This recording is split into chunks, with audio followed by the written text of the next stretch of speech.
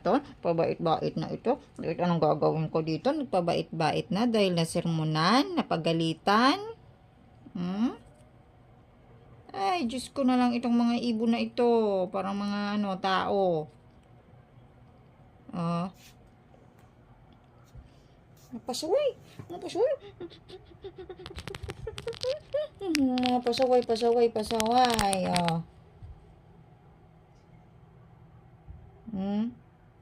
Tingnan yung buhok ko, guys, Ginulo-gulo kasing dalawa na to Magugulo to Pag nandito talaga ako sa bahay, yan, lagi nilang ginugulo yung buhok ko, yan, kalat-kalat sila. Sa away-away, maya-maya pag nasermonan, ganito, lapit na. Pabait-bait na.